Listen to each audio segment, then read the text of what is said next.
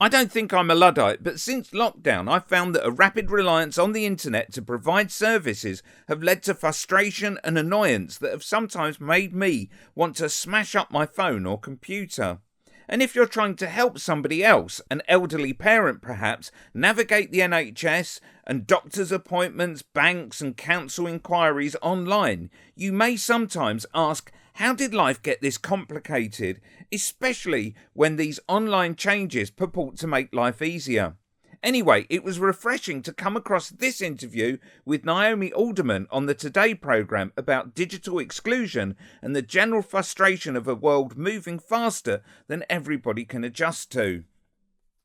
QR codes, they are everywhere in our lives, on restaurant tables instead of written menus. They're there to access promotions and much else besides. It is not all a good thing, according to NAOMI ALDERMAN, who wrote a piece in Wired magazine the other day. She's a novelist and also someone who has been part of the tech and games industry as a writer and designer. She's here in the studio. Morning, Naomi. Nice to be here. What is the problem with them? I think we've all had that experience of walking into a hairdresser or a restaurant or whatever and wanting to find out what the list of things that we can buy there is. And instead of being handed a paper menu, who remembers paper menus now, we get pointed towards a QR code, which you need a smartphone to access. Often they don't work. And when they do work, you're sort of squinting, trying to enlarge it. In my case, at the age that I am now, taking off my glasses, trying to look at my phone.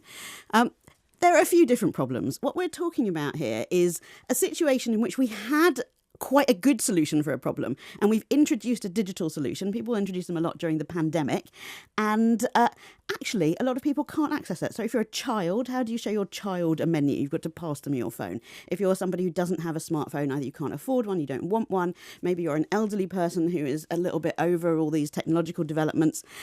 So what we're talking about here is digital access and the idea of things being over-digitised. I am a fan of technology in many ways, but we need to think about socially how we roll that out and when we cut off routes that used to exist. A lot of the time the changes that are made are for the benefit of the shop, cafe, service, rather than the individual, or in the case of social interaction, so with self-service tills or online menus, the customer becomes much more isolated in their day-to-day interactions. You and I are about the same age, and I share some of your frustrations. You're also taking your glasses off when you look at the screen.